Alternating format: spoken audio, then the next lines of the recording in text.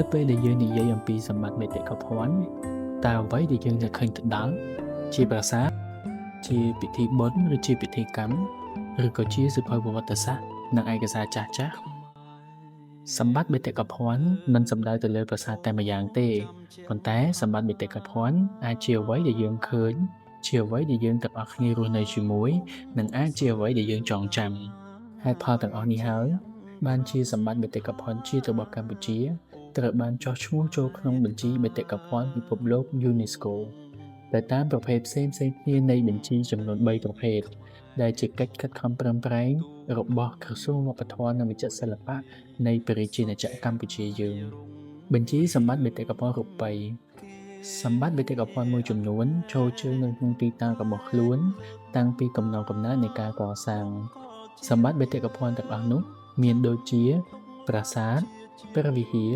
ទីក្រុងនានាដែលមានជីវិតរស់រានជាច្រើនសតវត្សនិងឆ្លងកាត់ជាច្រើនជំនាន់ដែលយើងហៅថាបេតិកភណ្ឌរូបីយោងទៅតាមក្រមប្រឹក្សាជាតិភាសាខ្មែរបានបញ្យល់ថាបេតិកភណ្ឌរូបីមានន័យថាស្នាដៃដែលបង្កើតឡើងដោយមនុស្សជាទ្រព្យសម្បត្តិដែលអាចឃើញប៉ះពាល់បានងាយយល់និងមានតម្លៃជាប្រវត្តិសាស្ត្រមានសោភ័ណភាពសិល្បៈសាសនាវិទ្យាសាស្ត្របុរាណវត្ថុនានាជាតិពិន្ទុវិទ្យានរវិទ្យារួមមានប្រាសាទវិមានព្រះវិហារអគារផ្ទះសម្បែងវត្តអារាមព្រមទាំងរមណីយដ្ឋានវប្បធម៌ជាដើមអង្គការ UNESCO បានហៅតំបន់បេតិកភណ្ឌទាំងអស់នេះថាជាបេតិកភណ្ឌវប្បធម៌និងធម្មជាតិដែលមានតម្លៃជាសកលហេតុដូច្នេះហើយបានជាតំបន់បេតិកភណ្ឌខ្មែរចំនួន3ត្រូវបានស្ថិតនៅក្នុងបញ្ជីបេតិកភណ្ឌរូបីទី1ជារមណីយដ្ឋានអង្គរចុះថ្ងៃទី14ខែធ្នូឆ្នាំ1992ទី2ជាប្រាសាទព្រះវិហារចុះថ្ងៃទី7ខែកក្កដាឆ្នាំ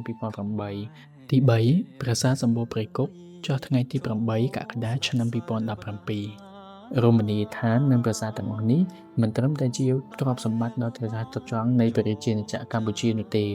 លើសពីនេះវាត្រូវបានគេទទួលស្គាល់ថាជាផ្នែកមួយនៃបេតិកភណ្ឌសម្រាប់មនុស្សជាតិទាំងអស់នៅលើពិភពលោក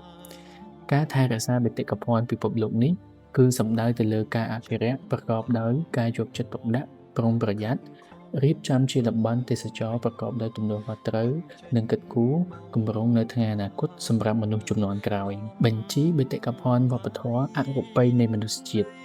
ក្រៅពីនេះបេតិកភណ្ឌក៏មិនត្រឹមតែជាអ្វីដែលយើងអាចប៉ះបានដូចជាប្រាសាទតែប៉ុណ្ណោះនោះទេបេតិកភណ្ឌគឺជាអ្វីដែលរស់នៅខាងក្នុងនៃមនុស្សជាតិគ្រប់រូបដែលជាកាយវិការក្បាច់រាំចម្រៀងពិធីកម្មចំណេះជំនាញនិងចំណេះដឹងផ្សេងៗយោងទៅតាមក្រមប្រឹក្សាជាតិភាសាខ្មែរបានបកស្រាយថា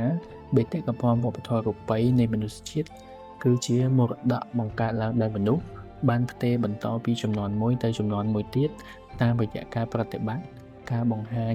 ការសម្ដែងការនិយាយឬជាការត្រាប់តគ្នាដែលមិនអាចមើលឃើញមិនអាចប៉ះពាល់បាននិងពិបាកយល់ដូចជាចំណេះដឹងបំណិនភាសាសិល្បៈសាសនាជំនឿទំនៀមទម្លាប់ប្រពៃណីឧបករណ៍សម្ភារៈវត្ថុសិល្បៈជាដើមក្រោមកិច្ចខិតខំប្រឹងប្រែងរបស់ក្រសួងវប្បធម៌និងវិចិត្រសិល្បៈកម្ពុជាបានចុះបញ្ជីសម្បត្តិបេតិកភណ្ឌជាតិក្នុងបញ្ជីបេតិកភណ្ឌវប្បធម៌អរូបីនៃមនុស្សជាតិមានដូចតទៅនេះ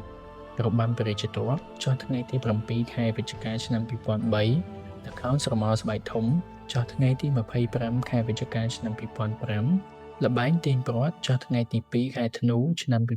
2015ចាប៉ីដងវែងចុះថ្ងៃទី30ខែវិច្ឆិកាឆ្នាំ2016ល្ខោនខោលចុះថ្ងៃទី28ខែវិច្ឆិកាឆ្នាំ2018គុនល្បុក្កតោចុះថ្ងៃទី29ខែវិច្ឆិកាឆ្នាំ2022សម្បត្តិបេតិកភណ្ឌអរូបីទាំងនេះប្រៀបបានជាសម្បត្តិដែលកំពុងតែមានដង្ហើមតាមរយៈការសម្ដែងការបង្រៀនប្រកបដោយក្តីស្រឡាញ់និងការគាំទ្រឧទាហរណ៍ដូចជាការបង្រៀនដោយយកចិត្តទុកដាក់នៃសាស្ត្រាចារ្យរបាំទៅកាន់សិស្សដោយក្តីស្រឡាញ់និងគំនិតថែរក្សា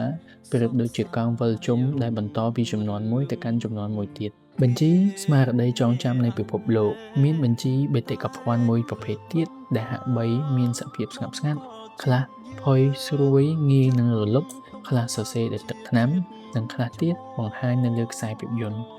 យោងទៅតាមអង្គការ UNESCO បញ្ជីស្មារតីចងចាំនៃពិភពលោកមានដូចជាសាស្តាស្លឹករឹត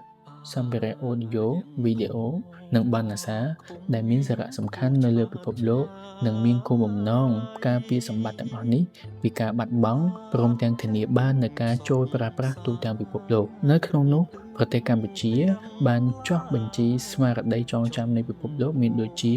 បណ្ណសារឧក្រិដ្ឋកម្មប្រល័យពូជសាសន៍ទួលស្លែងចុះថ្ងៃទី31ខែកក្កដាឆ្នាំ2009 ឯកសារសម្លេងនិទានរឿងរាមកេរ្តិ៍ដោយតាគ្រុឌចុះថ្ងៃទី15ខែឧសភាឆ្នាំ2014និងរឿងអ៊ីណាប៊ូស្បាចុះថ្ងៃទី30ខែតុលាឆ្នាំ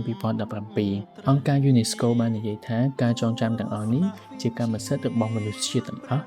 ហើយត្រូវតែថែរក្សានិងត្រូវតែអាចស្វែងរកបានបើគ្មានឯកសារទេប្រវត្តិសាស្ត្រត្រូវបានបំភ្លេចចោលឬសរសេរឡើងវិញដែលការការពារការចងចាំមានអត្ថន័យថាជាការការពារសេចក្តីពិតនៅពេលដែលបេតិកភណ្ឌកម្ពុជាត្រូវបានចុះបញ្ជីក្នុងបញ្ជីអង្គការ UNESCO វាមិនត្រឹមតែជាការទទួលស្គាល់អំពីពិភពលោកនោះទេវាគឺជាការសន្យាមួយដើម្បីការពារប្រាសាទរបស់យើងដើម្បីរក្សាប្រពៃណីរបស់យើងឲ្យនៅតែរស់រវើក